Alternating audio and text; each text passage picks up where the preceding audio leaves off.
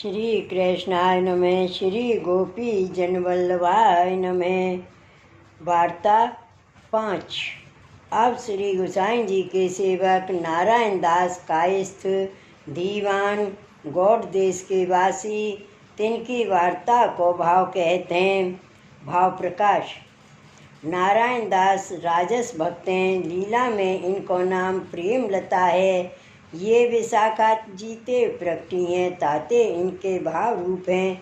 सो प्रेमलता नारायण दास को प्रागट्य और प्रेमलता की एक अंतरंग सखी है गौरांगिनी। सो इनकी स्त्री वीरा को प्रागट्य। सो प्रेमलता की आसक्ति बाल लीला में बहुत है, ताते ये नंदालय में अष्ट प्रहर रहते हैं। तहाँ मंदाकिनी सो इनको सदा मिलाप रहते। ये दो सखी हैं, सो दोनों श्री चंद्रावली जी की परम सहायक हैं। श्री ठाकुर जी श्री चंद्रावली जी के मनोरथ की सब सामग्री प्रेमलता सिद्ध कर देती हैं, ताते ये चंद्रावली जी को प्रिय हैं। और गौरांगिनी निकुंज लीला में प्रवीण है। ये श्री चंद्रावली जी की निकुंज लीला में सदा तत्पर रहते। इनको अंग बहुत सुंदर गौर वरण है, श्री स्वामी जी सदृश, ताते इनको देख के श्री ठाकुर जी को श्री स्वामी जी की सुध आवत है। तासों ये श्री ठाकुर जी को बहुत प्रिय है। सो एक दिन श्री चंद्रावली जी नंदालय में श्री ठाकुर जी सो मिलन को आई। तहाँ प्रेमलता मिली।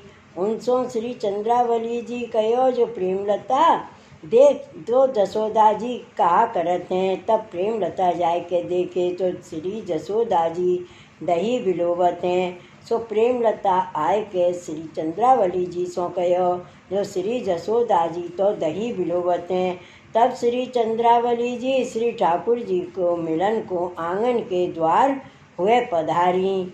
पाछे बाही समय विशाखा जी तहाँ आई। सो विशाखा जी को प्रेमलता मिली।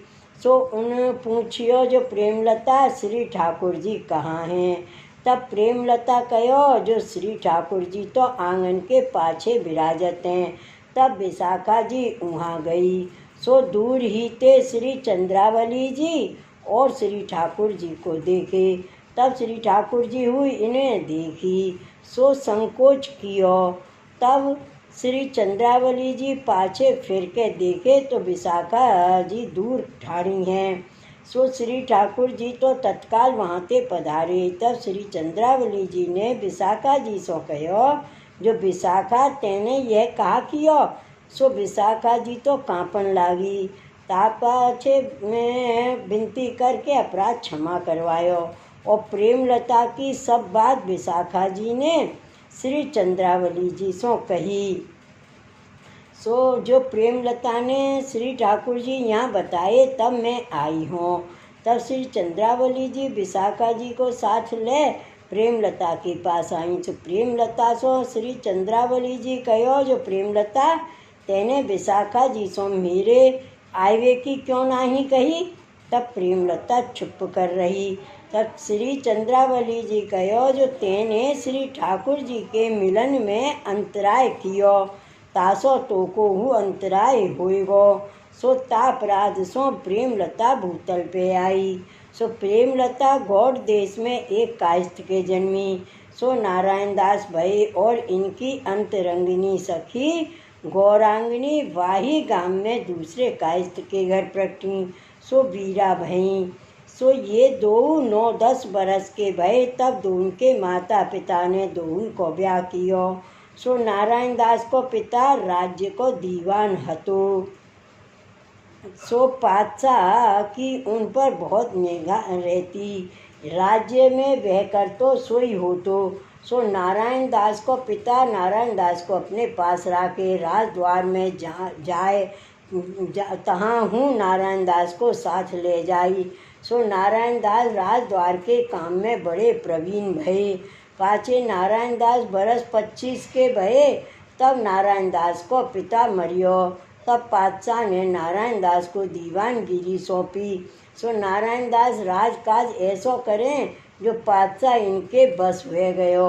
और सब लोग हु नारायण दास की बहुत सराहना करन लागे। पाछे नारायण दास को मुरारी दास को संग भयो। सो प्रकार मुरारी दास की वार्ता में ऊपर कहे आए हैं। सो मुरारी दास के संगते जा प्रकार नारायण दास श्री गोसाई जी के सेवक भये। सो अब कहते हैं वार्ता प्रसंग 1। सो वे नारायण दास को श्री गोसाई जी के दर्शन की आर्त बहुत भई। तब मुरारी दास सो नारायण दास ने कही, जो मुरारी दास विनती पत्र लिख के मनुष्य अड़ेल को विदा करो। तब पहले ही नारायण दास के पास श्री गोसाई जी को बधैया आयो। सुबह बधैया ने नारायण दास सो कहो, जो प्रभु कोष 60 ऊपर नाव में पधारे आवत हैं, सो काले ही सांझ समय यहाँ पधारेंगे। तब नारायण दास बाई समय मुरारी दास को साथ लेके चले। सो नाव में 5-7 मनुष्य और वह बधैया नारायण दास मुरारी दास यही बैठे। तब तत्काल नाव दोहराई। भाव प्रकाश। सो यह स्नेह की रीत है, जो प्रभु पधारे तब सामने जाए पधराई लावने उत्साह पूर्वक। और वह बधैया ने मुरारी दास सो कही, जो मुँह सो श्री गोसाई जी ने कही है, जो नारायण दास को नाव में सावधानता सो राखियो।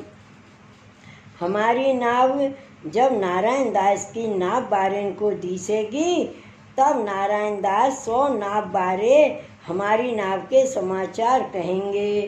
तब नारायण दास हमारी नाव को देख के देह अनुसंधान भूल जाएगो, तासों उठ दौड़ेगो। सुबह को गंगा जी की खबर ना रहेगी। ताते तुम सावधान रहियो। जब नाव सो नाव बांधी जाई, तब नारायण दास को छोड़ियो, यूँ कही। भाव प्रकाश। काहे ते श्री गोसाई जी आप अंतर्जामी हैं, ताते लीला को सब प्रकार जानत हैं, तासों पहले ही सो सावधान किए।